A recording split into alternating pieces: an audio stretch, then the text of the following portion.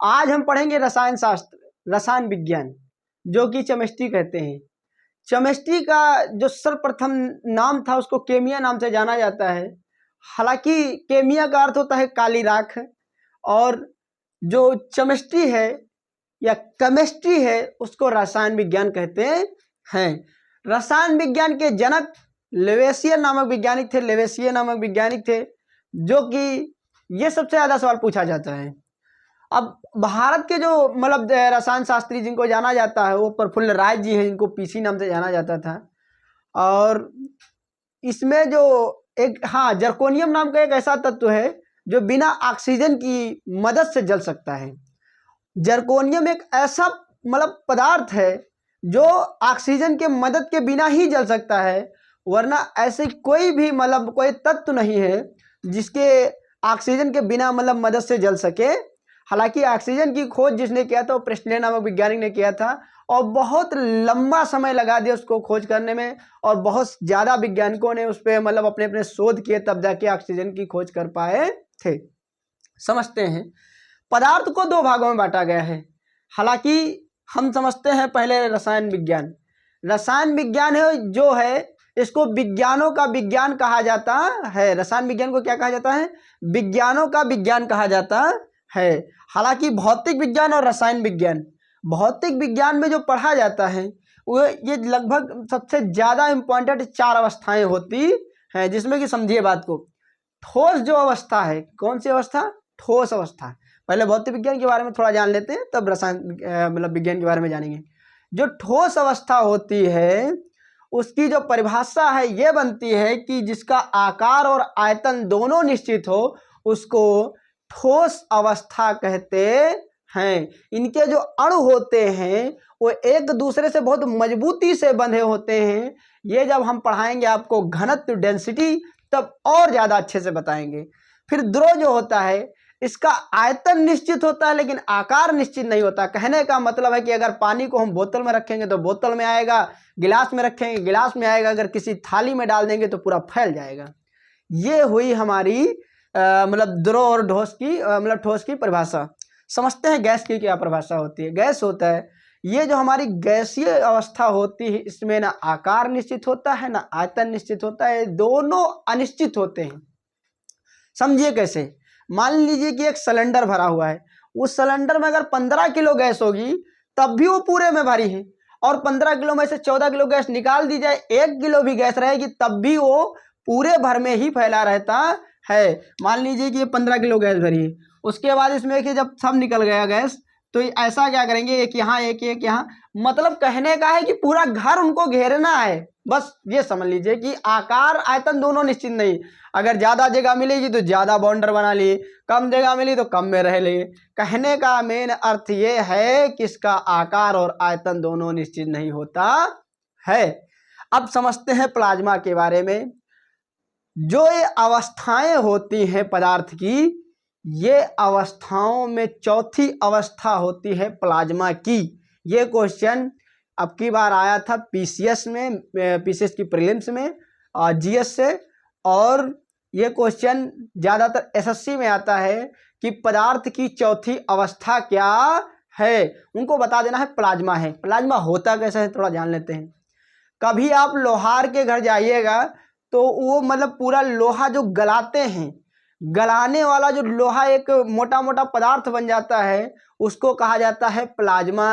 लगभग में 2000 से ज़्यादा टेम्परेचर पे गला हुआ पदार्थ को हम प्लाज्मा कहते हैं। गला हुआ लोहा, गला हुआ कांच, जितना मतलब 2000 के टेम्परेचर से ऊपर हो उसको क्या कहते हैं? प्लाज्मा कहते हैं। इतनी बात आपको समझ में आ गई होगी तो हम आगे चलते हैं रसायन विज्ञान की तरफ। भौतिक विज्ञान पढ़ाना इसलिए जरूरी था क्योंकि भौतिक विज्ञान से और रसायन विज्ञान से मतलब एक दूसरे के पूरक हैं। समझ रहे ना कि एक दूसरे के संबंध में इतने जरूरी पढ़ना है कि अगर इसको नहीं पढ़ेंगे और इसको पढ़ लेंगे तो मान लीजिए कि आपका एक हाथ है और एक हाथ नहीं है, इतना होता है। समझ में आ गया? रसायन विज्ञान के बारे में समझते हैं। रसायन विज्ञान को इस समय 3 भागों में बांटा गया, मतलब 3 तरीके से देखते हैं। एक है तत्व, एक है यौगिक, एक है मिश्रण। तत्व किसे कहते हैं? जो एक जो एक परमाणु से मिलकर बना हो उसे तत्व कहा जाता है। जब दो परमाणुओं से मिलकर बना हो उसे क्या कहा जाता है? यौगिक कहा जाता है। और जो बहुत से परमाणुओं से मिलकर बना उसे क्या कहा जाता है? उसे मिश्रण कहा जाता है। इतनी बात समझ में आई? इतनी बात समझ में आ गई? फिर समझते हैं। पहले अभी तो छोटी मोटी बातें हैं, थोड़ा और लंबे से लेते हैं। मान लीजिए कि हवा ले लेते हैं, ऑक्सीजन वाली। क्या? ऑक्सीजन। तो ऑक्सीजन एक तत्व है, हाइड्रोजन एक तत्व है, हीलियम एक तत्व है, निकिल एक तत्व है, लोहा एक तत्व है। और अगर इसी में दो चार इकट्ठा करके गबड़ दें और उसके बाद क्या बन जाएगा? यौगिक बन जाएगा। क्या बनेगा? यौगिक बन जाएगा। जैसे समझते हैं H2SO4 हाइड्रोसल्फ्यूरिक जो अम्ल है, इसमें दो चीज मिली है, एक जल मिला है और एक सल्फर मिला है। समझ बात आ गई? तत्व और यौगिक में क्या अंतर है, समझ में आया? ये सारे बच्चों को आना चाहिए कि तत्व और यौगिक में क्या अंतर है। अब समझते हैं मिश्रण को। किसको समझते हैं? मिश्रण को। मिश्रण की परिभाषा यह बनती है कि मिश्रण में कोई मतलब सूत्र नहीं बनाया जा सकता है। जैसे कि अब अगर मान लें कि रक्त का सूत्र निकाला जाए तो रक्त में कितनी चीजें पाई जाती हैं, समझिए जरा। एक बार दिमाग पे जोर डालिए कि रक्त में हेमोग्लोबिन और मतलब सोडियम और सारी चीजें, नमक, लोहा, सब कुछ तो पाया जाता है उसमें। फिर अगर सूत्र भी बनाएंगे तो पूरा एकदम बोरा भर का। और वो सूत्र कहने का मतलब ये है कि मिश्रण का सूत्र नहीं बनाया जा सकता है। हालांकि यौगिक का सूत्र का अर्थ यह होता है कि जो दो परमाणुओं से मिलकर बने उन्हें यौगिक कहा जाता है। इतनी बात समझ में आ गई? पहले समझते थोड़ी सी और बात। इन दोनों को बांटा गया है दो भागों में। समझ में आ रही बात आपको? तत्व जो है इनको दो भागों में बांटा गया है। एक प्रकार के जो तत्व होते हैं उनको कार्बनिक तत्व कहा जाता है, और एक तत्व होता है उसे अकार्बनिक तत्व कहा जाता है।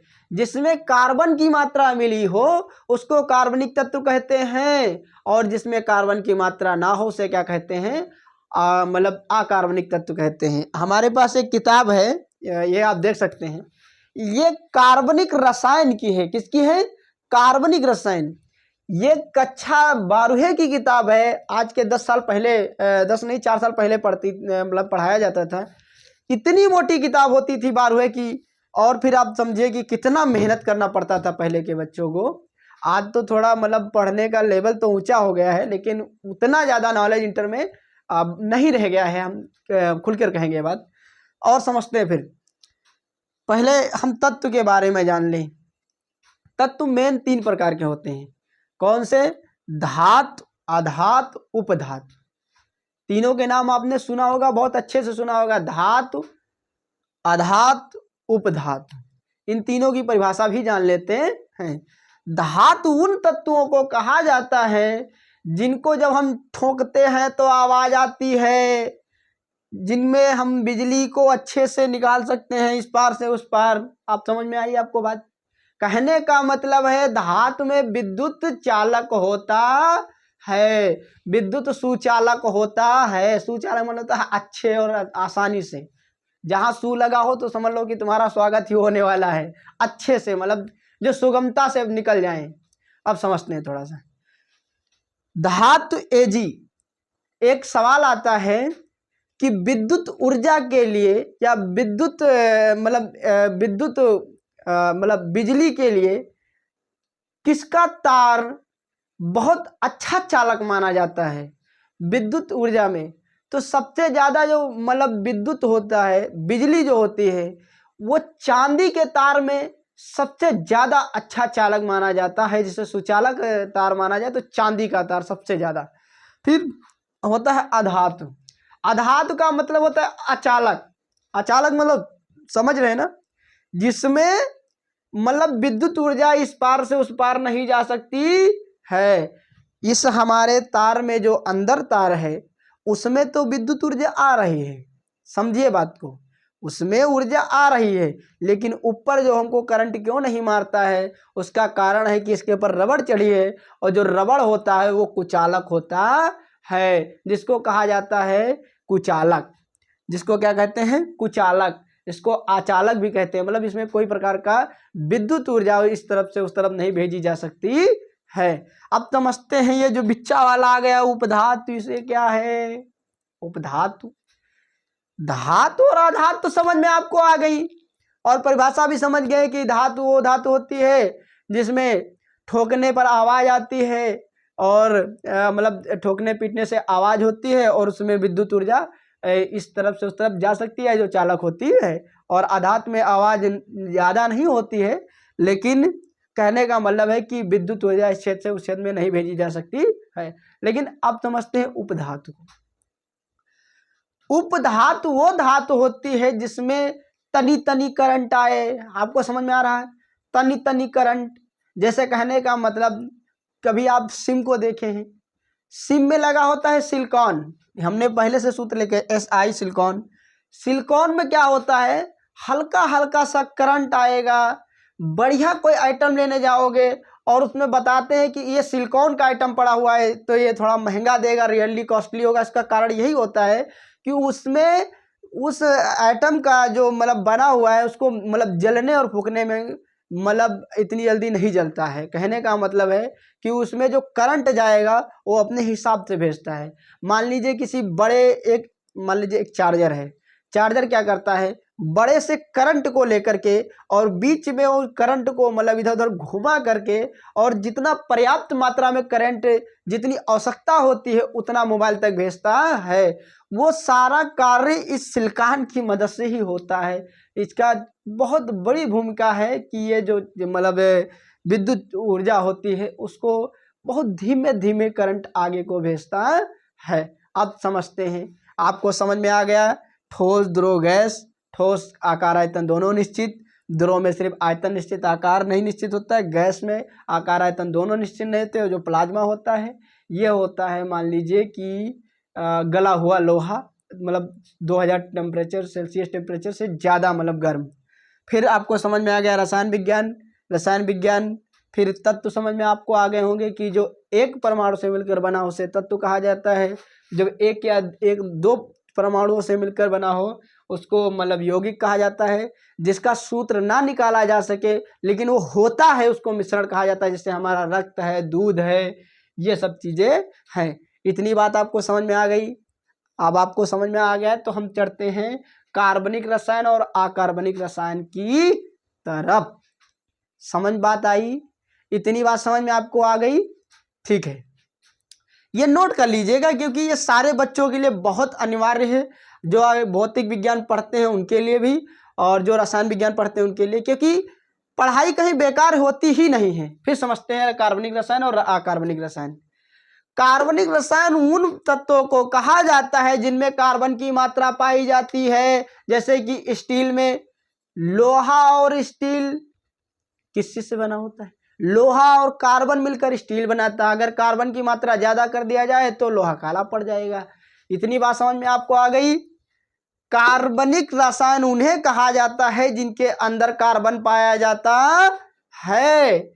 CaCO2, CO2, CO, carbon dioxide, carbon monoxide, ये सब कार्बनिक विज्ञान के अंतर्गत आते हैं। हमने आपको किताब पहले से दिखाया है। ये जो विज्ञान की किताब है सिर्फ कार्बनिक रसायन के बारे में बताया गया है। इस किताब के अंदर सिर्फ कार्बनिक रसायन विज्ञान के बारे में बताया गया है। हालांकि अकार्बनिक रसायन विज्ञान की भी किताब इतनी ही मोटी होती है। अब समझ लेते हैं अकार्बनिक। जो मतलब यौगिक या जो तत्व जिनमें कार्बन नहीं होता है, समझ रहे हैं आप, उनको अकार्बनिक यौगिक कहा जाता है। हालांकि तत्व नहीं होगा, जो कि जिन मतलब जिन यौगिक में कार्बन की मात्रा नहीं होती है उनको क्या कहा जाता है? अकार्बनिक रसायन कहा जाता है। समझ लेते हैं कौन कौन से। जैसे एक एग्जांपल के तौर पे K2SO4, sodium sulphur, sodium sulphate, ये जो है मतलब इसमें K2 पोटेशियम सल्फेट है, इसमें जो है कार्बन नहीं है। हालांकि Al एल्युमिनियम, कहने का मतलब है NaCl सोडियम क्लोराइड, सीधे ये मत कहना कि ये कार्बन है। क्योंकि Cl क्लोराइड एक खुद का तत्व है, कार्बन का नहीं है।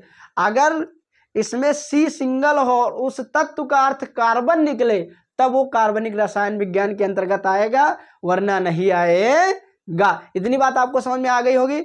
अब समझते हैं थोड़ा, पूरे एक बार रिवीजन कर लेते हैं, जिसमें आपको भी मदद मिलेगी और हमको भी मदद मिलेगी। क्योंकि हम पढ़ाने के बाद अगर आप भी भूल जाएं तो फिर हमारे पढ़ाने का कोई मतलब नहीं निकलता। समझिए बात को। रसायन विज्ञान को केमिस्ट्री कहा जाता है, जो कि केमिया नामक शब्द से पड़ा हुआ है। इसके जनक लेवेसियर नामक वैज्ञानिक है। भारतीय जनक जो है प्रफुल्ल राय जी हैं, जिनको पीसी नाम से जाना जाता है। हालांकि पदार्थ भौतिक विज्ञान और रासायनिक विज्ञान, मान लीजिए कि आपको कोई साड़ मार दिया है तो भौतिक तरीके से चोट दिया है, मान लो उसी जगह पे एक सांप डस ले, बिच्छू डस ले, तो रासायनिक मतलब तरीके से आपको मतलब डसा है, एक पदार्थ के जरिए आपको मार दिया है। तो आप समझ में आ गया होगा कि भौतिक और रासायनिक में अंतर क्या है। फिर समझते हैं, साथ में जानिए, ठोस में आकार आयतन दोनों निश्चित होता है। द्रव में जो होता है सिर्फ आयतन निश्चित होता है और आकार निश्चित नहीं होता है। गैस में आयतन और आकार दोनों निश्चित नहीं होता है। प्लाज्मा जो होता है वो होता है कि एक पिघला हुआ लोहा, जो कि मतलब चाहे जो को ले लीजिए, लेकिन 2000 टेम्परेचर सेल्सियस टेम्परेचर से ज़्यादा हो। अब समझ में आ गया। तत्व समझ में आपको आ गया होगा कि जो एक परमाणु से मिलकर बने उन्हें तत्व कहा जाता है। यौगिक समझ में आ गया है कि जो दो परमाणुओं से मिलकर बने उन्हें यौगिक कहा जाता है। और मिश्रण भी जान लिए हैं कि जो बहुत से यौगिकों से मिलकर बने उन्हें मिश्रण कहा जाता है। मिश्रण का कोई सूत्र नहीं बनाया जा सकता है। और कार्बनिक विज्ञान और रासायनिक विज्ञान, कार्बनिक रासायनिक विज्ञान, इतना समझ में आ गया। धन्यवाद। अगर अच्छा लगे तो चैनल को सब्सक्राइब करिए, ना अच्छा लगे तो कोई बात नहीं, बस आप पढ़ते जाइए और हमारे पास पढ़ने के लिए आइए।